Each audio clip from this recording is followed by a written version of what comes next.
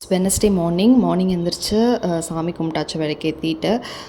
So side by side அப்படியே tea போட்டாச்சு. Tea போட்டுட்டு அரிசியும் வந்து ஊற வச்சுட்டு அடுத்த ஒர்க் பண்ண ஆரம்பிச்சிட்டேன், லன்ச் ஒர்க்கை. ஸோ நேற்று நைட் வந்து ஒரு இன்சிடெண்ட் நடந்துச்சு.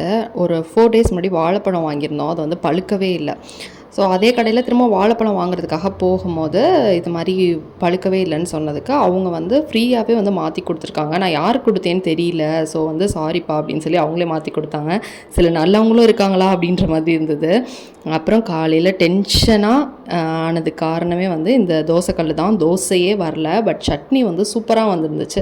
ஆனால் அதை ரசித்து சாப்பிட்றதுக்கு தோசை சரியாகவே வரல என் ஹஸ்பண்ட்க்கு ஊற்றும் போது. ஸோ ஹஸ்பண்டை கொண்டு போய் ட்ராப் பண்ணிட்டு வந்துட்டு வண்டிக்கு வந்து சார்ஜ் போட்டேன். என்னோடது வந்து வெஹிக்கிள் தான், ஏத்தர் வந்து வச்சுருக்கேன். ஸோ அதில் வந்து சார்ஜ் போடும் போதே எவ்வளோ டைமில் வந்து 80% சார்ஜ் ஆகும், 100% சார்ஜ் ஆகும்னு அதிலே காட்டும். ஸோ எல்லாம் முடிச்சுட்டு டயர்டாக வந்துட்டு ஒரு பனானா சாப்பிட்டுட்டு அப்புறமா